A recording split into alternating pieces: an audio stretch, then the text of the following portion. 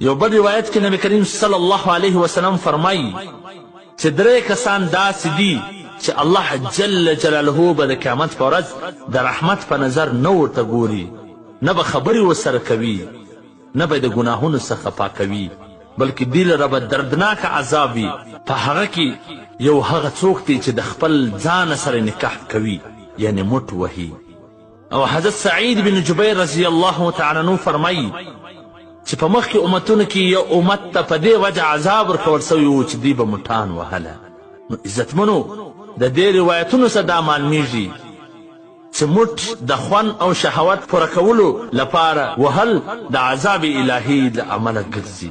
ځکه پوره او بسته امت په مخکنیو کې چې الله رب العزت صرف د مټ په ګناه باندې هلاک کړه، نو چې الله جل جلاله یو قوم د دې ګناه د وجې څخه هلاک کړی دی، نو د دې امت هغه ډله کم چې خپل شهوتونه په مټانو سره وي، نو دوی به هم الله جل جلاله په خپل یو عذاب کې تباه کړي. الله جل جلاله دې رحم پرې وکړي. حضرت ابن جریج رحمه الله فرمایي چې ما د حضرت عطا رحمه الله څخه اورېدلی دي چې هغه وفرمایل چې بېشکه د قیامت په ورځ به داسې یو قوم الله جل جلاله راپورته کړي چې د دوی لاسونه به بلار به وي، او دا به هغه کسان وي چې دوی په دنیا کې لاسونه باندې مټان وهله، یعنی د دوی لاسونه به حامله وي، عیالداره به وي.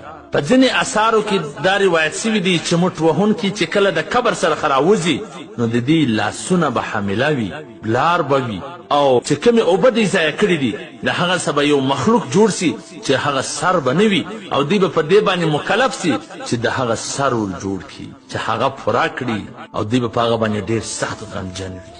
د ځینې علما کرامو له نظره څه دا معلومیږي چې قیامت په ورځ به یو ډله داسې وي چې په یو سړي پسې به 600 کسان یا داسې در دې بالا کسان به هم په پسې وي، او دا به هغه اولاد وي چې د ده د بلار سوي لاس څخه وي، یعنی د مټ وهونې د وجې څخه الله جل جلاله به په ورځ د قیامت په خپل قدرت سره دوی جوړ کړي، او دا به هغه وي چې د دې د ضایع سوي اوبو او د خپلو مني د بایلولو د وجې څخه به دغه انسانان جوړ سوي. نو ډېر افسوس دی پر هغه چا باندې چې دا عمل کوي او توبه نه ځینې باسي، د دې د بلاربېدو اثر به د قیامت په ورځ ورته معلوم سي.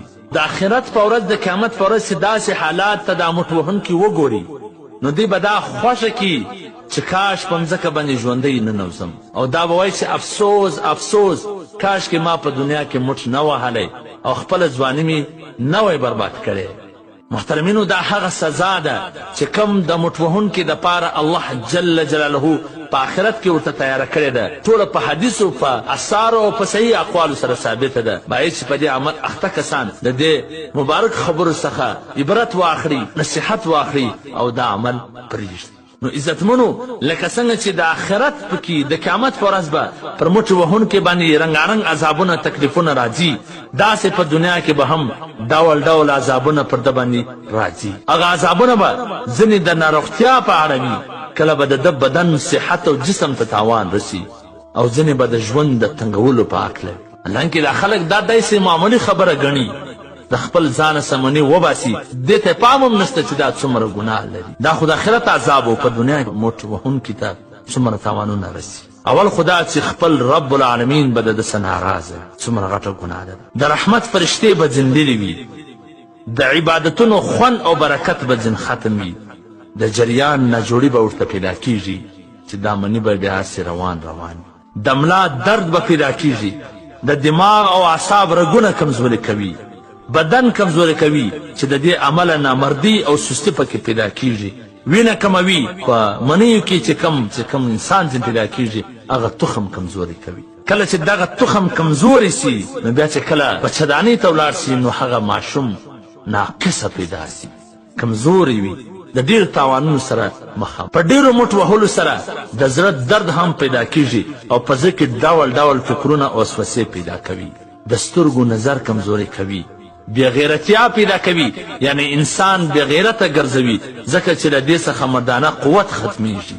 د کار او یا د عبادت کولو ارادې کمزوري کوي، د بدن غوځګي وچوي کم چې په هغه سره د بدن پرورش کیږي. په دینی کارونو کې د شرم ماده پیدا کوي. هغه داسې کله چې یو مټ وهونکی په یو مجلس کې کښیني، حال دا چې دته د خبرو کولو اجازه هم وسي او د خبرې کول په هغه مجلس کې لازمي هم وي، نو دی به په داسې شګړو کې او خیرخواهي په ځایونو کې شرمیږي چې شرم کول په داسې مواردو کې ښه نه دی، بلکې دا یو غټ تاوان دی. لیکن دی به د شرم څخه خبرې نشي کولی. په ډېره مټ وهونې سره به د خایو درد پیدا کیږي. زړورتیا او دلاورتیا ختموي. په ډېرو کولو سره د منۍ د وتلو خوند او لذت ختموي. د سر درد پیدا کوي. د اورېدلو قوت کمزوری کوي. د زنا لواطت غوندې بدفعلو ته شوق پیدا کوي چې ټولې ګټې ګناهونه دي. اندامونه کوږوالي ته مایلوي. د تناسلي اندام رګونه پړسوي. د حلال نکاح او دیني زده کړې سره بېرغبتي پیدا کوي. په ډېرو کولو سره د مخ نور ځلا ختمیږي او د مخ ژړوالی یا توروالی زیاتیږي او دا هم یو تاوان دی. عقل، ذهن او د حافظې قوت کمزوري کوي. په مټ وهنې سره د سوزک ناروغي پیدا کیږي. ځیګر کمزوري کوي او د سرعت انزال او د احتلام د ناروغي سبب ګرځي. بیا به دی پر کوروالي باندې قدرت نه لري، د خپلې کوروالا حق به نشي پر ځای کولی.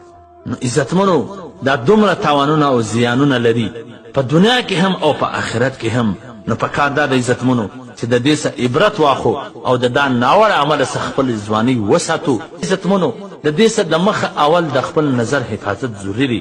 چې د نظر حفاظت وکې نو بیا به ته یو داسې سټیج ته، یو داسې حالت ته نه رسېږې چې بیا ته پر مټ وهلو باندې مجبوره سې، یا و زنا کولو ته مجبوره سې، یا لواطت کولو ته مجبوره سې. نو په کار دا ده چې ته د دې څخه خپل ځان، خپله ځواني وساتې چې پر دنیا هم خوند واخې او په آخرت کې هم نعمتونه تا ته په انتظار وي. دنیا او آخرت به ښایسته وي. پر خپل واده باندې به دی خوشحاله وي، پر خپل واده باندې به خوند واخلي او د دنیا پر ژوند باندې به خوند واخلي. یو 15 منټه پر ځان باندې تکلیف راوړي که چیرې داسې حالت ته دی ورسېږي چې دی ودې ته مجبوره سي چې دی اوس په لاس سره ځان فارغه کړي، نو دته خپل سوچ اړول پکار دي. په یو شي باندې ځان اخته کېدل پکار دي. د یو چا سره په خبرو کې مشغولېدل پکار دي. د ځان پام او سوچ ور واړوه چې کله ستا دا جذبات کښته سولې بیا باید ته خپل ځای ته راسې. در هغه وخته پورې ته د دغه حالاتو مقابله کوه تر څو چې ستا دا جذبات او دا ستا شوق ښکته کېږي. که چیرې د دې مټ وهنې څخه دې ځان وساتئ نو په دې پوه سه چې ته د خپلې ځوانۍ په ساتنه باندې کامیابه سوې او د خپل آخرت په بچاو باندې کامیابه سولې. انشاءالله تعالی نورې هم هغه چې ځوانانو سره مخامخ دي نن سبا چې کوم ناوړه ګناهونه دي چې هغه که هلک بازي وي، که لواطت وي، که زنا وي، که نور داسې د ځوانۍ په اړه خبرې دي، انشاءالله هغه به په نورو برخو کې ستاسو سره شریکوو او تاسې اورېدل او نورو ته رسول مه هېروئ.